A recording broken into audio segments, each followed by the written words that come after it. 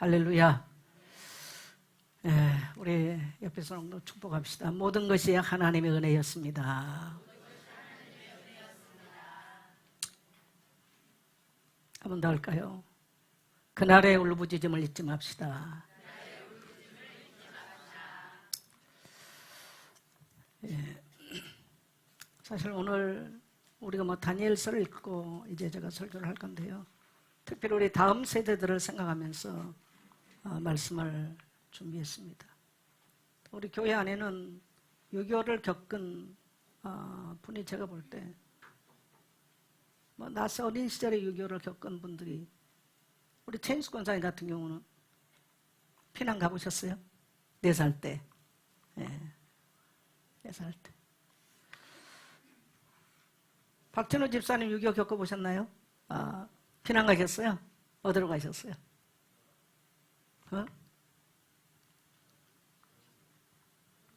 연천? 38선 밑으로 가셨어요? 피난 간 게 38선 밑으로? 연천에서 내려오셨다고요? 우리 김명희 권사님 유교 겪었을 것 같고요. 손영진 사람이 유교 안 겪으셨죠? 겪으셨어요? 안 겪으셨어요? 저도 유교 끝나고 3년 후에 태어난 세대입니다. 그래서 직접 유교의 아픔을 직접 경험은 안 했지만은 그러나 유교 폐허 때문에 오는 많은 어려움을 우리 세대는 겪은 세대입니다. 그리고 또 유교를 통해서 순교했던 목사님들 중에 우리 순천로에 속한 손양원 목사님 유교 때 순교하셨죠. 그래서 우리는 너무나 주일학 때부터 설교 많이 듣고 또 손양원 목사님 아들 동현이 동신에 대한 이야기 너무나 많이 듣고 자라왔던 세대들이죠. 그래서 제가 이제 75주년 1950년 6월 25일에 유교가 일어났기 때문에 딱 75주년이 됐습니다. 그래서 우리 한국교회가 지나오면서 6월 이 주일은 거기가 6.25 기념주일로 그래서 우리가 그날을 잊지 말자고 우리 한국교회가 그렇게 지켜왔습니다. 근데 어느 날 이제 이러한 역사의식들이 사라지는데 아놀드 토인비는 역사를 모르는 민족은 미래가 없다. 그리고 역사를 모르면 인간은 방자에 행한다. 그런 말을 해요. 아놀드 토인비는 종교를 연구해 보니까 율법이 강하지 못하고 역사의식이 없는 종교는 언젠가는 사라진다. 그렇게 토인비는 그렇게 말을 합니다. 저는 맞다고 생각합니다. 그래서 지금은 학교에서 우리 국사를 가르치지 않는 참 희한한 나라가 돼버렸어요. 그래서 저라도 교회에서 바른 역사관을 가르쳐야 되겠다. 그런 마음으로 오늘 설교를 준비를 했습니다. 또 우리가 구약 성경은 이스라엘의 역사 이야기예요. 근데 왜 우리가 다른 나라의 역사 이야기를 왜 배웁니까? 따라합시다. 하나님은 역사의 주인이십니다. 그렇기 때문에 우리는 역사관을 갖고 사는 것, 역사관이 있어야 겸손하게 되어집니다. 그러니까 역사는 순환하거든요. 언젠가 반복되게 돼 있어요. 그래서 특별히 우리 다음 세대들이, 우리 또 청년들과 다음 세대들이 성경이 말한 바른 역사관을 가지고 아름답게 하나님 앞에 살아갈 수 있기를 축원합니다. 그래서 이제 제가 오늘 피터슨 선교사님의 인생 고백을 한 번뿐인 인생 오직 그리스도만 위해 한 일만 영원합니다. 좀 길지만 우리 여러분 써져 있어요. 우리 같이 한번 고백합니다. 시작. 한 번뿐인 인생 오직 그리스도만 위해 한 일만 영원합니다. 자, 동의되지만 아멘 합시다. 참 가슴 아픈 역사 이야기죠. 우리 민족의 전쟁, 우리 한국 전쟁은 20세기 세계에서 가장 비참한 전쟁이에요. 우리는 그날을 기억하면서 오늘 예배를 한때 드리고 있는데요. 1950년 6월 25일 새벽 4시. 옛날에는 새벽 4시가 되면 교회당에서는 종소리가 울렸습니다. 교회당 종소리가 울려 퍼질 때 저 38선에서는 탱크를 앞세우고 포송소리와 함께 38선 철책이 뚫리면서 북한군이 남침을 가해 왔습니다. 그래서 평양에서부터 서울까지 내려오는데 3일밖에 안 걸렸습니다. 군인들이. 그래서 3일 만에 우리 대한민국 수도 이 서울이 함락이 돼버렸어요. 비참한 일이죠. 그래서 급기야 이승만 대통령을 중심한 정부가 이삿짐을 싸들고 기차를 타고 부산으로 도망을 친 거죠. 그리고 뭐 순식간에 모든 건물들은 잿더미가 되고 한강 철교가 끊어지고 이제 정부가 부산으로 내려가면서 한강 철교를 폭발을 시켰죠. 이것 때문에 말은 많아요. 한강 철교를 폭발시킨 것 때문에. 그런데 북한군이 더 남침을 할 수 없게 하기 위해서는 그때는 한강 다리가 하나밖에 없었던 때이기 때문에 한강 철교를 폭발시킬 수밖에 없는 거예요. 이것 때문에 이승만 대통령에 대한 역사에 많은 이런 오해도 많이 일어나는데 그렇게 하면서 그렇기 때문에 이제 많은 사람들이 많은 민간인들이 학살을 당하는 비극도 있기도 했습니다. 이거는 정말 가히 상상할 수 없는 비극의 역사죠. 그래서 이제 많은 사람들이 가정과 고향을 등지고 이제 피난길에 오르고 또 부모와 가족을 잃어버리는 고아들이 거리에 넘쳐나고 사람들은 굶주림에 시달리고 그러면서 이 작은 부산이라는 도시에 뭐 대한민국 거의가 다 이제 뭡니까 북한군의 인민군에게 다 점령이 됐기 때문에 전부 다 이제 부산으로 모여들었던 이런 상황들이었죠. 지금 우리는 전쟁은 끝났습니다. 포성은 끝났지만은 그러나 지금 우리는 끝나지 않은 전쟁 상태에 있습니다. 그래서 따라합시다. 휴전선. 38선이 아니고 지금 우리는 휴전선이라고 그래요. 휴전. 전쟁이 쉬고 있다는 얘기예요. 지금도 그래서 우리는 지구상에 유일하게 전쟁이 쉬면서 전쟁 상태에 있는 나라예요. 우리는 지금 전쟁 끝난 줄 아니에요. 휴전이에요. 휴전 상태입니다. 그래서 이것이 지금 계속되고 있는 것이죠. 성경은 역사에 대한 이야기입니다. 그래서 하나님은 역사의 배후에서 도도하게 그 시대와 민족과 개인을 하나님께서 개입하고 계시는 거죠. 그래서 우리 민족의 이러한 전쟁 가운데도 하나님이 개입하고 계십니다. 지금 세계는 전쟁이 굉장히 좀 많이 일어나고 있습니다. 이란과 지금 이스라엘 전쟁하는데 사실 이란과 이스라엘이 붙어버리면 굉장히 그건 하얗고를 그냥 직접 타격하는 사건이에요. 우크라이나 전쟁 러시아하고 아직도 끝나지 않고 있어요. 저는 크림반도 그쪽을 여러 번 가봤어요. 참 아름다운 지역인데 그야말로 초토화가 다 됐죠. 지금 이 세계 곳곳에 전쟁이 끝나지 않는 이러한 상태. 그래서 전쟁 때문에 고통하는 사람들이 지구상에 아직도 굉장히 많습니다. 우리 젊은이들은 우리는 지금 뭐 먹을 거 편하고 뭐든지 편하고 좋아. 무슨 전쟁이야. 근데 여러분 따라 전쟁은 하나님께 있습니다. 전쟁은 하나님께 속한 거예요. 그 시대, 그 민족, 그 개인을 하나님은 때리시고 또 채찍질하는 방법으로 거기가 전쟁을 사용하고 계신다는 거. 우리는 이런 관점에서 오늘 말씀을 보면서 따라합시다. 그날의 울부짖음 다시 기억합시다. 그래서 첫 번째로는 불타는 풀무불 가운데서 오늘 우리가 읽었던 다니엘 3장 16절로 18절 다시 한번 읽습니다. 시작. 사드락과 메삭과 아벳느고가 왕에게 대답하여 이르되 느부갓네살이여 우리가 이 일에 대하여 왕에게 대답할 필요가 없나이다. 이건 뭐냐면 느부갓네살 왕이 저 바벨 뭡니까 그 신할 평지에 신상을 큰 신상을 세우고요. 거기 엎드려 다 절하라는 거예요. 만일에 그 신상에게 절을 하지 않으면 풀무불에 집어 던지겠다.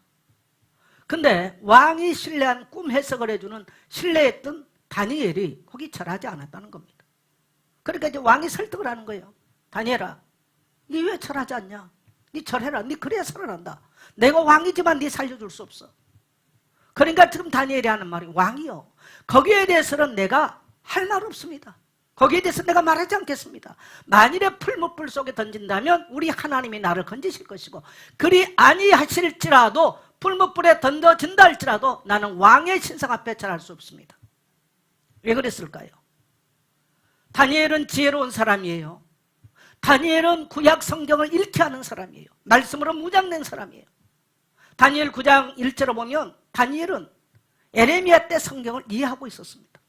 그 말은 무슨 말이냐면 우리 민족이 왜 바벨론의 포로가 됐는가? 그걸 안다는 거예요. 왜 우리가 고통을 받고 있는가? 우상 숭배, 정말 민족의 지도자들, 영적인 지도자들, 선지자들 거짓 예언하죠. 또 제사장들 타락하죠. 백성들은 나가서 우상 숭배하죠. 완전히. 그래서 여러분요, 성전은 무너질 수가 없는 거예요. 왜? 하나님이 설계하시고 하나님이 지었잖아요. 근데 에레미야가 4장에서는 성전의 돌이 금이 변할 수 없는 것처럼 성전의 돌은 무너질 수가 없다. 근데 왜 무너졌냐는 겁니다. 여러분, 말씀으로 무장하냐 아니면 그렇게 된다는 거예요.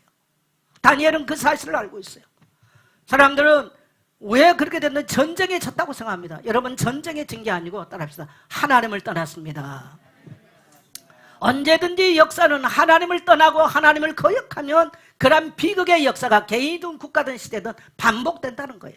다니엘은 이것을 알기 때문에 나는 다시는 우리 민족을 이토록 처참한 이런 바벨론의 포로로 끌고 오게 된 이것이 느부갓네살 왕도 아니고 전쟁 이야기다 역사 이야기가 아니라 따라합시다. 하나님의 징치입니다. 그걸 알기 때문에 이 다니엘은 그 우상 앞에 절하지 않겠다는 겁니다. 여러분, 풀무불에 들어가면서까지도 나는 이 우상 앞에 절하지 않겠다. 이것은 여러분이 울부짖음이에요. 울부짖음. 민족의 비참한 상황을 보면서 울부짖음인 거예요. 저는 이 다니엘서를 읽으면서 이러한 다니엘의 울부짖음은 1950년 6.25 전쟁을 맞으면서 우리 한국교회와 정말 믿음의 성도들의 울부짖음을 상상해 봅니다. 6.25 전쟁을 통해서 6.25 전쟁을 통해서 교회들이 뭐 다 그냥 그 시대 교회들이 많이, 물론 뭐 절도 많이 불탔습니다만은 교회들이 많이 무너져 내렸죠. 그런데 신앙을 붙들었던 우리 한국교회의 믿음의 사람들, 여러분, 우리 한국교회는요 너무 영광스러운 교회사를 가지고 있어요. 따라합시다. 우리는 영광스러운 교회사를 가지고 있습니다. 저는 여기에 대해서 굉장한 자부심을 갖고 있어요. 근데 사실은 너무 부끄러워요, 내 자신은. 왜? 한 게 없잖아요. 우리는 순교했던 우리 신앙의 믿음의 선조들의 그 거룩한 헌신을 통해서 열매를 먹고 있을 뿐이지 내가 한 게 하나도 없어.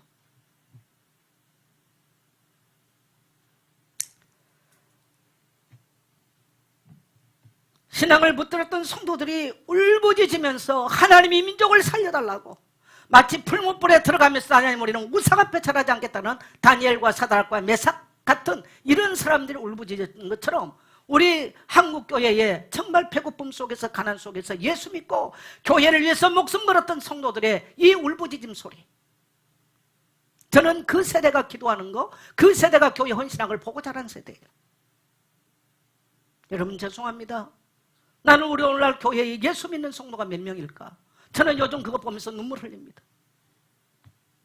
내가 목양한 이 교회 안에 정말 예수 아는 것 말고 교회 잘 나온다, 저는 그게 이미 별 의미 없다고 생각합니다. 정말 예수 믿느냐는 거예요. 나는 예수 믿는 사람이 너무 적다는 걸 생각해 봅니다. 그래서 제가 요즘은 하나님 앞에 하나님, 나는 너무 잘못 살아온 것 같습니다. 이런 생각을 너무 많이 하게 돼요.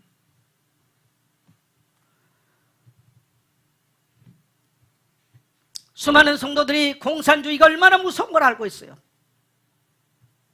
일본이 이제 2차 대전을 끝내고 돌아가면서 2차 대전 끝나면서 중국과 대만이 나눠졌죠. 물론 대만은 그 전에 뭐 그렇게 되기도 했습니다만은 우리나라와 남북이 갈라집니다. 독일이 갈라집니다. 이렇게 이제 역사가 이렇게 나누게 되죠. 근데 한쪽은 자본주의, 한쪽은 공산주의. 뭐 공산주의가 뭔지 잘 몰랐어요. 거의가 지성인들이 사회주의를 따랐습니다. 다 잘 살자 그러니까.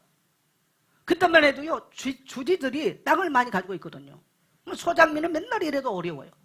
그러니까 다 땅도 똑같이 나누고 너무 좋은 사상이잖아요. 그러니까 많은 공부하고 유학 갔다 온 지성인들이 거의가 사회주의를 추종을 했어요. 근데 여러분요, 사회주의가 얼마나 허구라는 걸 알게 돼요. 러시아의 스탈린은 2천만을 사람을 죽입니다. 중국의 모태통, 물론 모태통은 홍위병을 일으켜서 2만 5천 대장장을 때 사람을 많이 죽이지는 않아요. 무혈혁명을 하거든요. 무혈입성을 해요. 지금 뭡니까, 중국의 그 자금성 안에 무혈입성을 하게 되는데, 그러나 이제 과정에서 문화대혁명이라는 걸 겪으면서 엄청난 많은 사람을 죽였어요. 저는 문화대혁명을 겪었던 사람 많이 만났어요, 중국에서. 신앙 지키기가 공산주의 체화 속에, 사회주의 체화 속에는 너무너무 어렵습니다. 그래서 많은 지성인들이 참여를 속았다가 정말 공산주의 되면 안 된다, 사회주의 되면 안 된다, 전체주의 되면 안 된다, 하나님이 민족을 지켜달라고, 우리 자유대한민국 되게 해달라고, 남북이 자유대한민국으로 통일되게 해달라고 울부짖기 시작했어요. 할렐루야. 그리고 이제 급기야 이승만 박사, 이승만 대통령이 부산으로 피난을 하면서 기차를 타고 가거든요. 기차 안에서 꽉 나를 세고 하늘벽 울부짖었던 기도는 유명한 일화입니다. 그런데 순식간에 지금 북한군이 막 밀고 내려버리니까 낙동강 전선이 이제 이게 마지노선이었잖아요. 낙동강이 대구 근처에. 얼마나 치열한 전쟁을 거기서 하게 되는 거죠. 그냥 며칠이면 그냥 나라 전체가 공산주의 발급 아래 완전히 짓밟게 된 이런 위기 상황에 급기야 이제 유엔의 도움을 요청하게 됩니다. 그런데 유엔 이사국은 5나라 아닙니까? 미국, 영국, 중국, 러시아, 어디입니까? 독일인가요? 독일은 아닐 테고. 예? 하나 어디에요? 5개 맞나요? 5개 씌워놓고. 근데 유엔 이사국이 다 찬성을 해줘야 되는 거예요. 그러면 러시아는 스탈린이 유교를 지원했기 때문에 할 리가 없잖아요. 그때 우리 한국교회에 이제 전부 다 부산으로 피난을 갔기 때문에 부산에 가면, 부산역 뒤에 가면 초랑교회가 있습니다. 합동측 초랑교회가 있는데 이 초랑교회에 모든 한국교회 목사님들이 모여들었어요. 그리고 이승만 박사가 기도 부탁을 합니다. 자, 유엔 이사국에서 한국 전쟁에 참전할 수 있도록 기도해달라. 근데 불가능한 얘기예요. 왜? 러시아가 이 전쟁에 배후에 있는데 어떻게 그게 가능합니까? 그때 그래갖고 한국 기독교인들에게 전부 다 3일 금식을 내리고 목사님들은 초랑교회에 모여서 기도를 하고 또 대통령도 금식을 하면서 기도를 하는데 놀랍게도 그 이사국 대사들이 모이는데 러시아 대사가, 유엔 대사가 차가 고장이 나가지고 그 시간에 참석을 못했어요. 할렐루야. 이건 유명한 일화입니다. 그래가지고 러시아, 지금 소련이죠. 옛날에 소련이죠. 소비에트 연맹했을 때. 이 소련 대사가 거기에 참석을 못한 거예요. 그래서 이게 통과가 된 겁니다. 그래서 이제 유엔이 우리 전쟁에 개입을 하고 또 세계 16개국이 지금 여러분 최고의 가난한 이디오피아에도 우리 전쟁을 도왔다는 거. 여러분 이디오피아 여러분 웬만하면요 구호금 같은 거 좀 보냈어요. 할렐루야. 그냥 한 달에 10,000원씩만 보내. 10,000원씩. 많이 보내지 말고.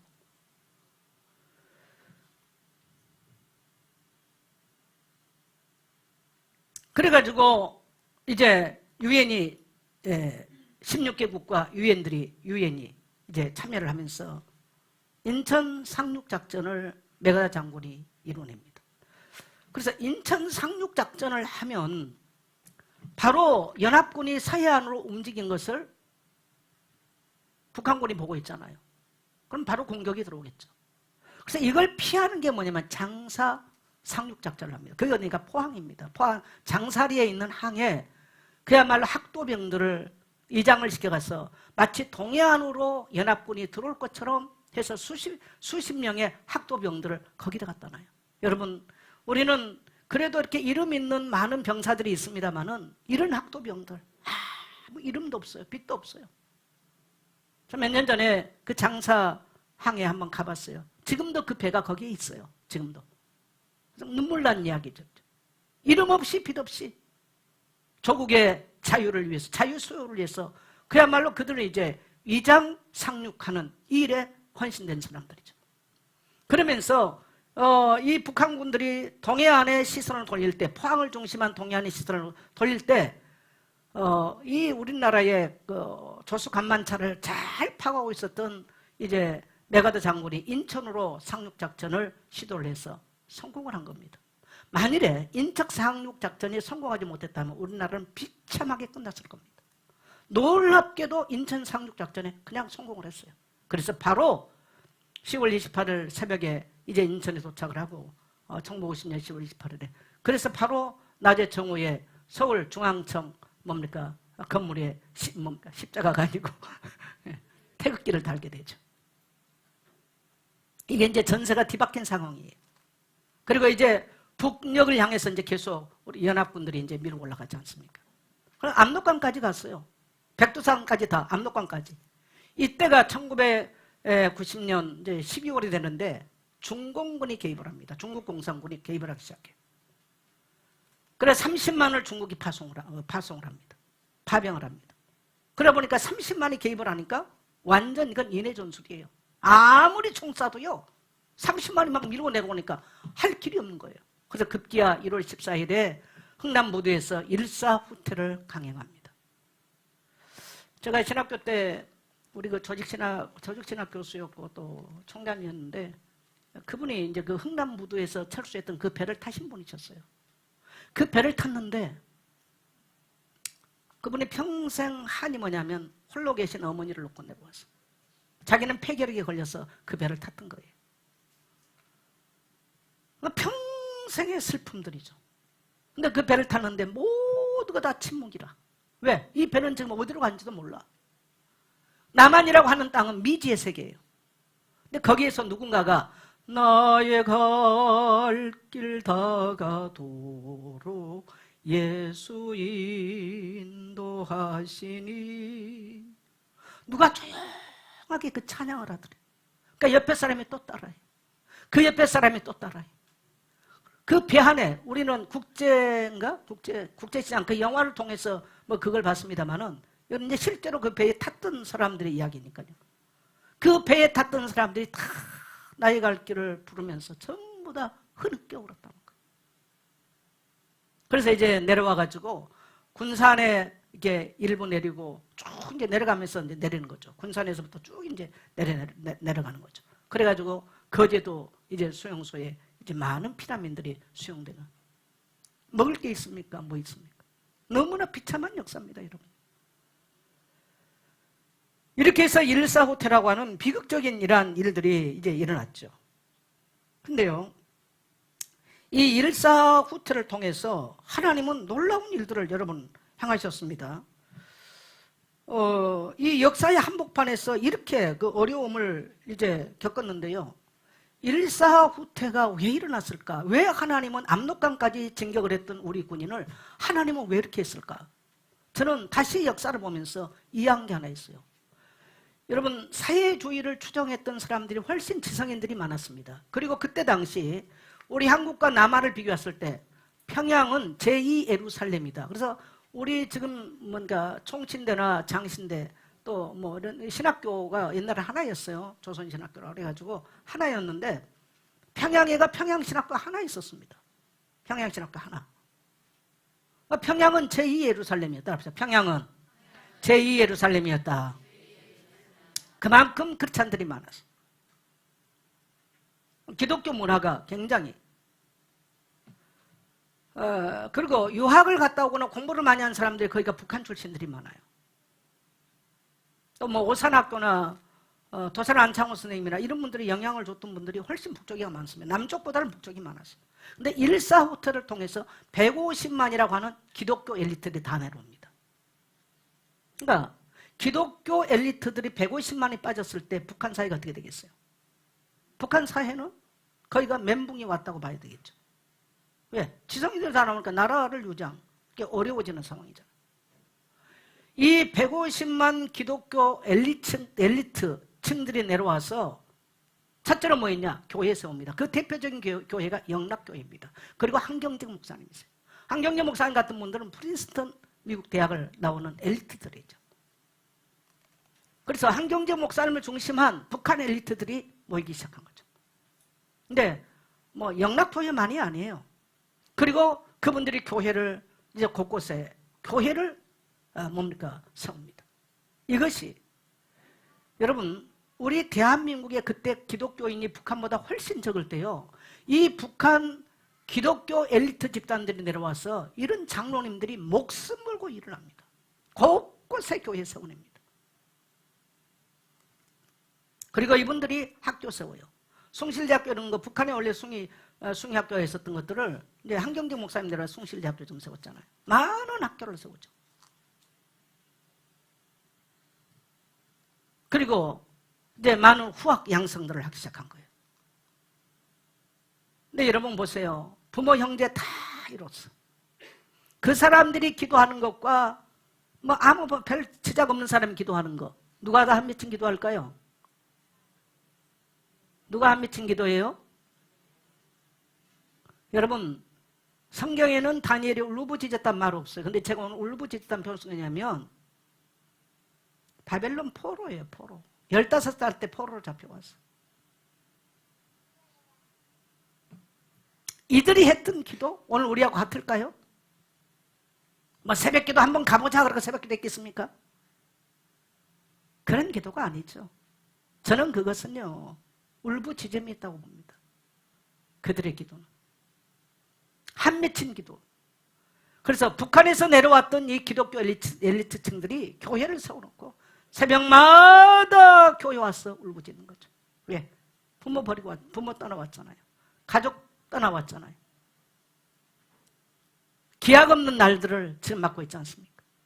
그러니까 남한에 있었던 사람들하고는 비교가 안 되는 거예요.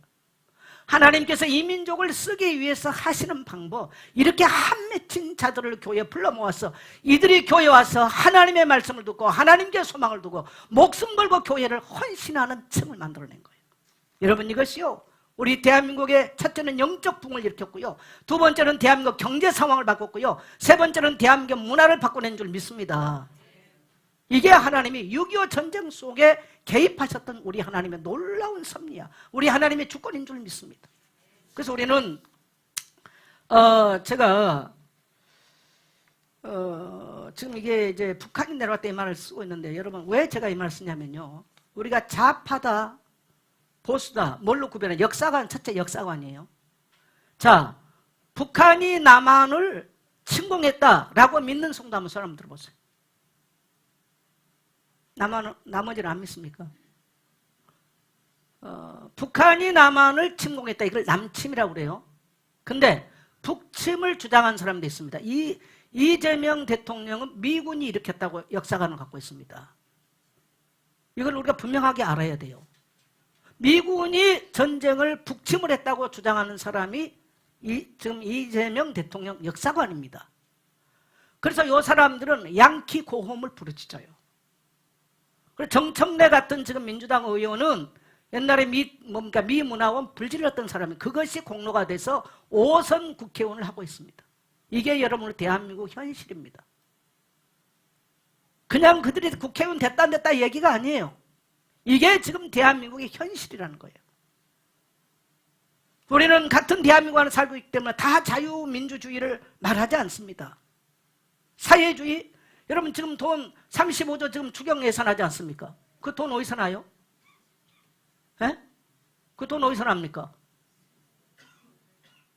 그 돈 어디서 나요? 아니 하늘에서 그냥 도깨비 방망이 후들면 다 나옵니까? 좀 심각한, 이게 이제 좌파들의 포퓰리즘이거든요. 굉장히 여러분 위험합니다. 위험해요. 역사관.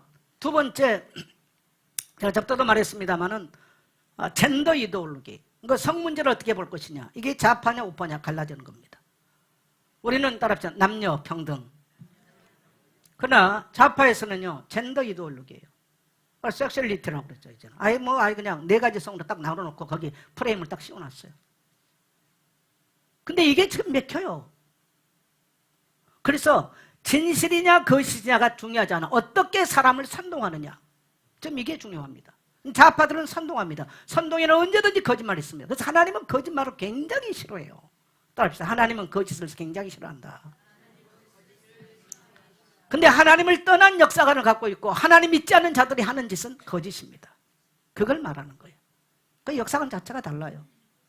그 다음에 또 역사관 하나에서 일본과 다시 수교를 맺고 갈 것이냐, 북한과 갈 것이냐. 그래서 친일 쪽이냐 친북 쪽이냐, 그게 이제 진보냐 좌파를 가르는 한쪽입니다. 저는 친일도 친북도 아니라고 생각해요. 따라합시다. 민족의 유익으로 가야 된다. 그리고 우리는 남북은 통일돼야 돼요. 그러나 여러분요, 공산주의와 타협한 통일은 안 된다고 생각합니다. 따라합시다. 복음 통일해야 된다. 우리는 크리스찬으로서 그것을 놓고 기도해야 됩니다. 근데 우리가 만일 크리스찬인데 민족의 아픔을 보고 그러한 기도가 없다, 생각해 봐야 돼요.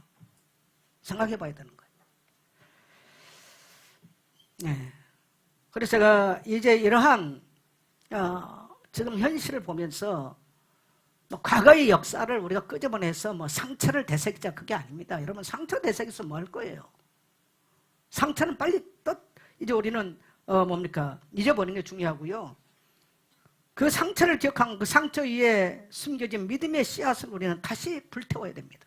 지금 여러분, 언제든지 나라가 건국이 되면 정신적 철학이 있어야 됩니다. 정신적 철학이 있어야 되는데, 우리 한반도는 불교가 한 1500년 동안 정신적 지주 역할을 했어요. 그리고 성리학이 500년을 합니다. 그래서 2000년. 그리고 이제 기독교가 들어와서 한 100년. 그래서 이 짧은 100년 동안 기독교가 정신적 역할을 하면서 정치, 경제, 사회, 문화 많은 것들을 바꿔냈어요. 근데 지금은 사실 분명하게 교회들의 위기입니다. 여러분, 목사들을 만나봐도 지금 교회 위기, 탄식들을 다 합니다. 저는 우리 성도들, 특히 우리 다음 세대가 나 하나 잘 먹고 잘 사는데 포커스 맞추지 말고요. 여러분, 동네 일을 잘하면 동네 구장이 되는 거야. 2장. 나라 일을 위해서 기도한다? 국가의 일꾼이 되는 거예요.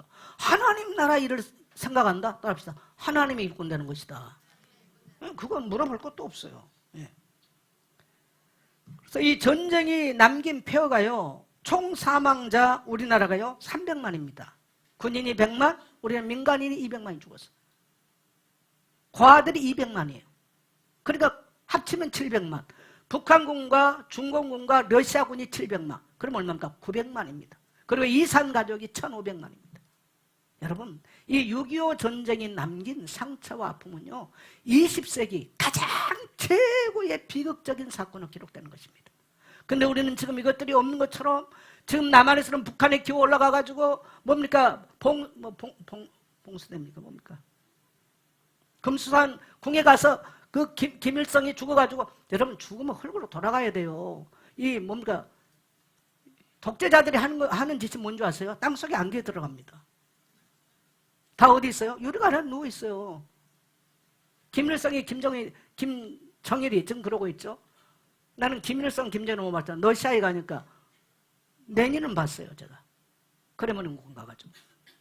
안 들어가요, 그들은. 영원 불멸의 존재처럼. 따라합시다. 흑소를 기어 들어가야 된다. 거기 가서 다 엎드려 절하고 오는 거예요, 거기 가서. 아주 영광스럽게. 평양냉면 먹는 걸 그렇게 자랑하고요. 우리는 정말 이러한 것들에 속으면 안 됩니다. 이 엄청난 비극의 역사거든요. 이러한 고통 속에서 하나님께서 이 민족의 기도를 들으셨고, 이 민족의 정말 믿음의 선조들의 울부짖음을 들으시고 이 땅에 놀라운 기적들을 행하여 주셨습니다. 질문하겠습니다. 이 땅에 전쟁 끝났습니까? 여러분, 전쟁 안 끝났다고 서로는 얘기했죠. 뭐 하고 있다? 휴전. 전쟁의 불씨는 여전히 살아있습니다. 전쟁은 누가 사용하신다고요? 하나님이 그 땅을, 그 민족과 그 시대를 징치하는 방법으로 사용하십니다. 그래서 우리는 성경의 역사를 알기 때문에 너무 위험하다. 너무 위험하다고 생각합니다. 마치 우리가 지금 잘 사니까 마치 우리의 힘처럼 막 힘을 과시하고, 지금 여러분, 대한민국은 삼권 분립의 나라 아닙니다. 전체주의입니다. 지금 우리가 민주당에서 검찰 없애는 법을 좀 발의했어요. 그리고 대법원 판사들을 어마어마하게 늘립니다. 왜? 원하는 사람 다 하겠죠. 그러니까 판사들 하지 말라 이 말이죠. 자, 행정부, 수장, 입법부 다 장악했습니다. 무슨 이게 지금 대한민국 뭡니까? 삼권 분립의 나라입니까? 입법, 사법, 행정부가 아니에요. 지금 하나의 체제입니다. 얼마나 지금 우리가 위험하고 가고 있다라는 거. 그래서 여러분, 성경을 아는 사람들은, 말씀을 무장하고 있는 사람들은 시대를 보고, 그 시대를 보고 울 줄 아는 사람들이에요. 내 하나 잘 살고 뭐 어쩌고. 여러분, 교회 와서 그거 하지 마세요. 따라서 시대를 보고 울어야 된다. 이러한 다니엘과 같은, 이러한 에스겔과 같은 이런 사람들이 그 시대를, 하나님은 그들을 통해서 이 시대를 살렸고요. 하나님은 그런 자들을 이 땅에서 다시 기다리고 있다고 하는 거. 그래서 우리는 75년 전 그날의 부르짖음, 그 성도들의 울부짖음, 하나님이 이 민족을 살려달라고, 불못불에 던져졌던 이 민족을 살려달라고, 저 무서운 공산주의 발가락으로 살려달라고 울부짖었던 성도들의 기도가 이 땅에 이토록 75년 동안 자유를 누리면서 잘 먹고 잘 산 나라로 하나님이 축복하신 줄 믿습니다. 이제 우리는 뭘 해야 될까요? 어디로 가야 될까요? 생각해야 될 때가 있어요. 다시 오실 주님의 나라를 이 땅에 준비합시다.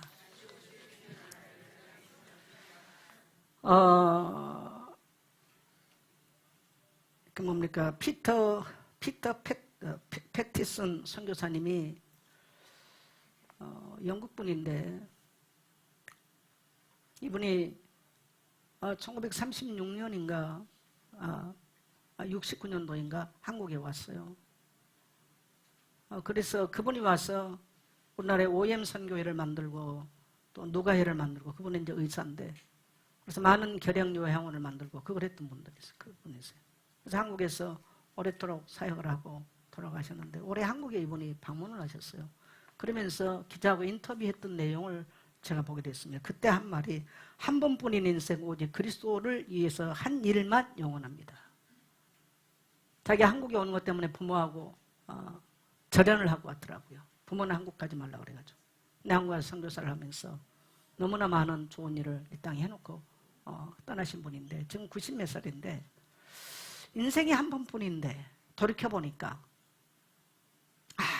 아무것도, 인생이 한 거 아무것도 기억될 바 없어. 뭔만 영원하다? 오직, 그냥 있는 거 읽으세요. 오직 그리스도를 위해서 한 일만 영원하다. 그리스도의 나라를 위해서 한 일만 영원하다. 이런 말입니다. 자, 다니엘 12장 3절 같이 갑니다. 시작.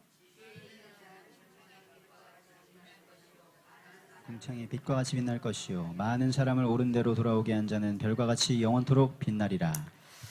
여러분, 다니엘이 얼마나 지혜 있는 사람인 줄 아시죠? 기도의 사람은 어떤 사람일까요? 따로 지혜 있는 사람이다. 그래서 성경의 말씀을 깨닫고 시대를 보면서 뭐 교회가 특별 기도하니까 하자가 아니라요, 저절로 기도하는 거예요. 옛날 우리 한국 교회는 특별 기도 이런 거 없었어요. 성도들이 예수 믿고 예수 만나고 그냥 기도하러 나왔어. 누가 헌신하자니까 한 게 아니었어요. 그냥 하는 거예요. 따라서 그냥 하는 것이다. 그렇게 했죠. 다시 오실 주님의 나라를 위해서 준비하는 거예요. 그래서 다니엘서가 끝나면서 계시록 21장, 22장 내용이 반복되는 거예요. 여러분, 희한하게도 이사야서도 그렇고 예레미야서도 그렇고요, 선지서들에서 결론은 항상 이 땅에 이루어질 그리스도의 나라, 새 하늘과 새 땅에 대한 소망으로 끝이 나요. 할렐루야. 그래서 오늘 우리 성도들은 그게 있어야 됩니다. 그래서 우리는 다니엘처럼 다시 민족의 재단, 기도의 재단을 쌓읍시다. 우리 한국교회는 굉장히 독특한 기도 운동이 있었습니다. 구국기도회, 구국기도원. 구국이 뭡니까? 나라를 구하자는 얘기 아니에요. 이런 기도 모임과 이런 기도 단체가 많이 있었어요. 삼각산 구국재단. 근데 여러분, 지금은 없습니다. 어디 구국기도원, 어디 구국재단, 이런 말을 굉장히 많이 썼어요. 그래서 우리가 어렸을 때도 기도하는 것은 내가 공부 잘해도 썸이 되고 이런 기도 단 한 번도 해본 적이 없어요. 무슨 기도했냐? 하나님, 이 민족을 구원해 주세요. 이 민족이 복음화되게 해주세요. 이걸 어린 시절에 그거 그냥 한 거예요. 우리가 어릴 때부터 주일학 때부터 설교 들은 설교의 주테마는 뭐냐? 순교에 대한 이야기입니다. 교회에서 주일학교 때 찬송 뭐냐? 환난과 핍박 중에도 성도는 신앙 지켰네. 아니, 무슨 주일학교가 환난과 핍박 중에도 그 찬송합니다. 맨날 설교 주제 그냥 우리는 다 외워. 손양원 목사님 그 아들 동신이. 왜? 우리 순천 노예니까. 노예에서 일어난 사건이니까. 우리가 태어나기 몇 년 전의 이야기니까. 그래서 제가 청년 이후에 제가 이제 신앙에 이렇게 생각을 많이 하게 될 때 손양원 목사님의 묘소를 가끔 갑니다. 그러면서 한번 내 신앙을 돌이켜보는 거예요. 제가 선교사님들하고도 꼭 한 번씩 제가 거기를 가요. 아마 우리 청년들 중에도 저를 따라서 가본 사람 많을 겁니다. 우리는 순교자들의 그 피 위에 이 나라가 세워졌다는 거, 이 땅의 교회들이 세워졌다는 거 잊으면 안 되는 거예요. 할렐루야. 잘못하면 우리는 망령되 행합니다. 잘못하면. 정말 우리는요, 경계해야 돼요. 하나님은 절대로 그걸 간과하지 않는다는 거. 그래서 기도의 사람은 민족을 구원하는 지혜자입니다. 여러분, 다니엘처럼 하늘 궁창에 빛나는 인생이 어디 있겠습니까? 근데 다니엘은 한 번도 자기 주장이 나오지 않아. 자기 의견이 관철된 적이 없어요. 다니엘은요, 느부갓네살, 벨사살 왕, 또 다리오 왕, 그 다음에 고레스 왕, 네 왕을 섬겨요. 세 나라 네 왕을 섬깁니다. 근데 이들에게 다 영향을 줍니다. 앞에 두 왕에게는 꿈 해석해주면서, 환상 해석해주면서. 다 다리오 왕 때는 뭡니까? 사자굴 속에 던져지면서 또 오히려 왕을 안돈시키고, 고레스 왕 때는 이제 끝났구나, 포로기가 끝났구나, 이거 알면서요, 고레스 왕에게 그 민족의 역사를 말해줬겠죠. 그래서 고레스가 칙령을 내렸어요. 예루살렘 돌아가게 만들었고, 이 역할을 한 것이 바로 다니엘인 거예요. 엄청난 일들을 했죠. 본인은 알아요. 따라합시다. 궁창의 별과 같이 아름답다. 저는 우리 다음 세대 젊은이들이요, 그러한 하나님의 지혜와 하나님의 쓰게 되시기를 주의 이름으로 축복합니다. 다른 거 공부 잘하면 여러분 60 돼봐야 뭐 지식? 배운 년이나 못 배운 년 똑같아. 뭐 60, 50 넘어가 이쁜 년이나 미운 년이나 똑같아. 학교 어디는 다 필요 없어. 뭐 성경 암송 해오라면요 버벅대고 앞뒤 다 맞지도 않아. 잘난 놈이나 못난 놈 똑같은 거야. 피턴슨 선교사님 말씀처럼 뭔만 영원해? 그리스도를 위해서 일하는 것만 영원하다. 오늘 여러분요 아주 가슴에 새겨가게 되시기를 축복합니다. 그래서 그다음에 보니까 우리는 기억해야 될 게 있습니다. 하나님이여 이 땅의 눈물을 기억하옵시고 회복시켜 주옵소서. 따라합시다. 하나님이여 이 땅의 눈물을 기억하옵시고 회복시켜 주옵소서. 제가 이렇게 좀 표어처럼 했는데, 제가 기억하자 그러면 뒤에 읽으시면 됩니다. 기억하자. 네, 수백만의 사람들이 이 땅에 와서 희생됐기 때문에 오늘 이 나라가 있습니다. 기억해야 돼요. 자, 두 번째, 기도하자. 예, 고아 이상 가족들, 그들의 아픔을, 그들의 슬픔을. 그래서 우리는 슬픈 자와 함께 슬퍼할 줄 알아야 되고요, 고아 과부를 돌아볼 줄 알아야 돼요. 예수 믿는 사람들은 내 돈 벌어서 내 혼자 먹고 싶은 건 다 먹고 사는 것이 기독교인의 삶이 아닙니다. 항상 우리의 소득 중에는, 따라합시다, 고아 과부와 어려운 자들의 것이 있다. 그게 하나님의 나라예요. 자, 지난번에 사도행 2장 보니까 그들이 다 집을 팔고 재산 팔아가지고 교회 필요를 채웠잖아요. 한번 따라해봅시다. 하나님의 나라는 사고 파는 나라가 아니고 주고받는 나라다. 그게 하나님 나라 비밀이에요. 하나님 나라는 주고받는 나라예요. 아직도 내가 주고받는 걸 못한다, 하나님의 백성은 아니겠죠. 적어도 하나님의 백성의 삶은, 따라합시다, 하나님의 나라는 사고 파는 나라가 아니고 주고받는 나라다. 주고받을 줄 알아야 됩니다.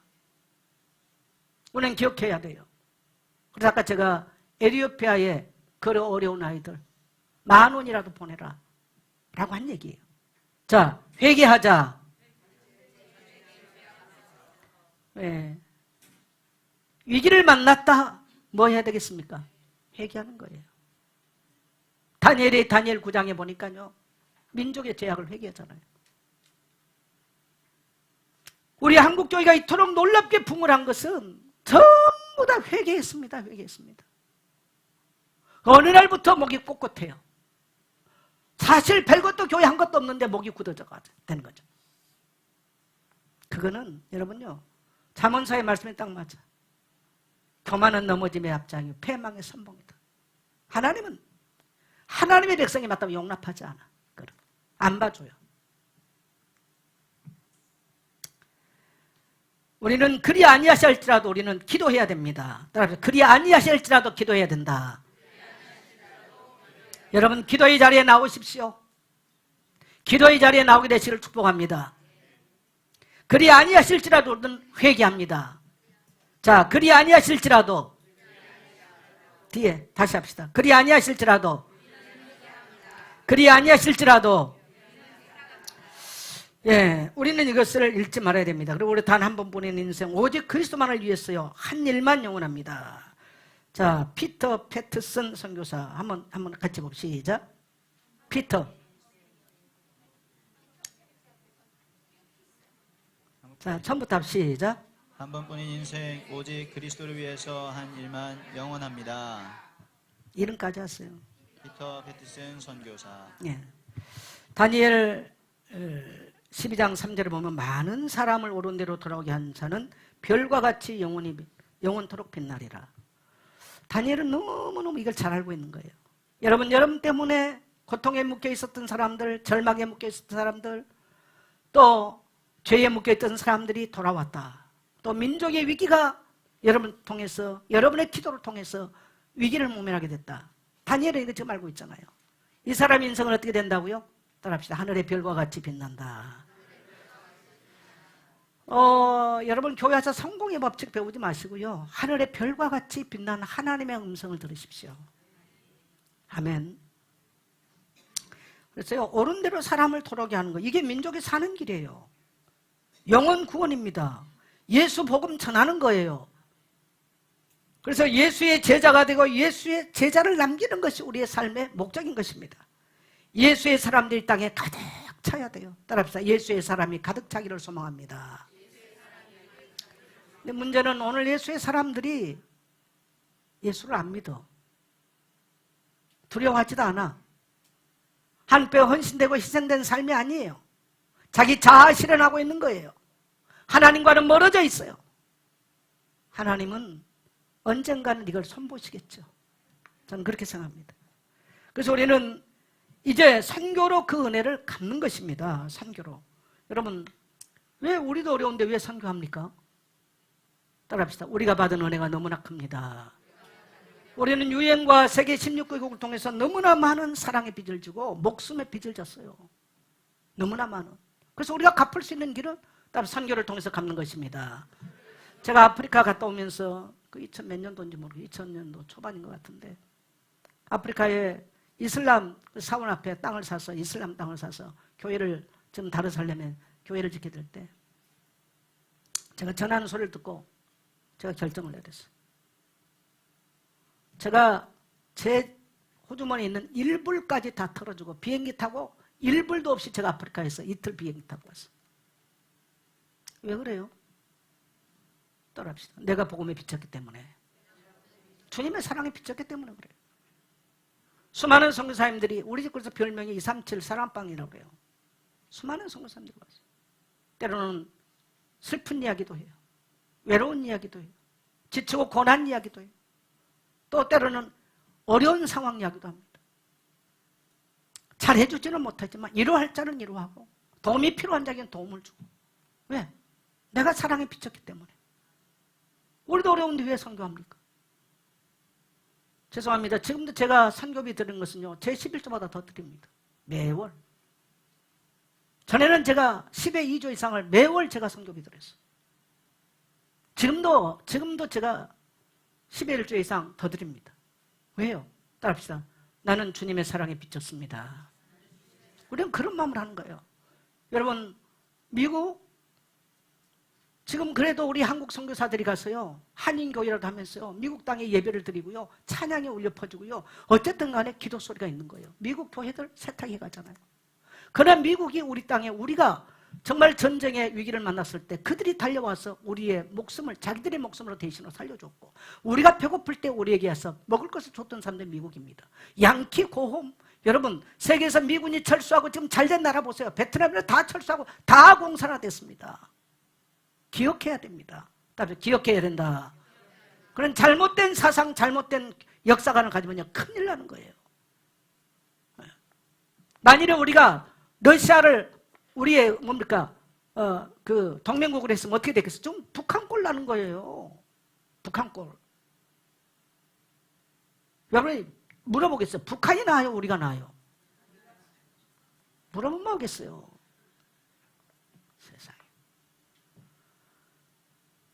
어디와 성경을 가지고 있는 나라에 함께 우방 국가가 돼서 왔던 거 얼마나 큰 축복입니까?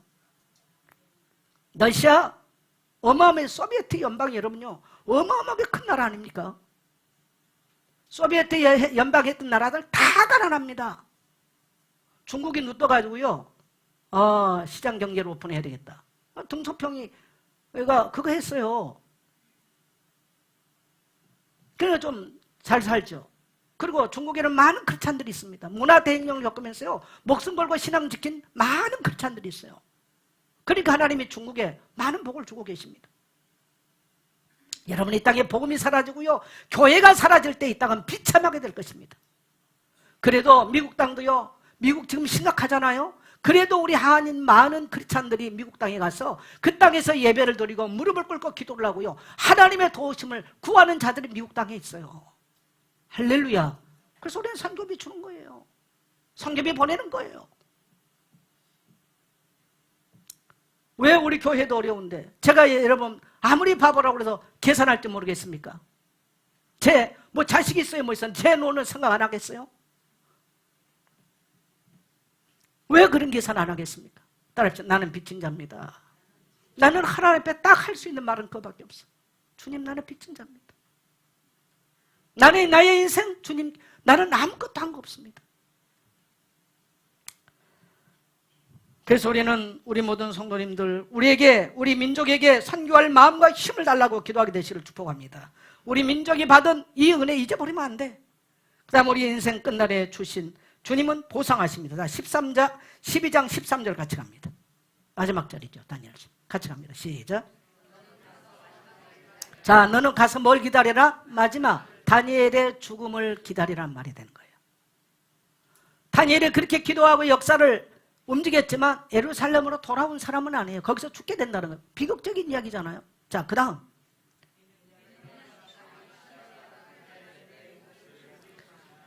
이제 네 생명 다 끝났으니 평안히 쉬다가 뭘 기다리라? 마지막 때?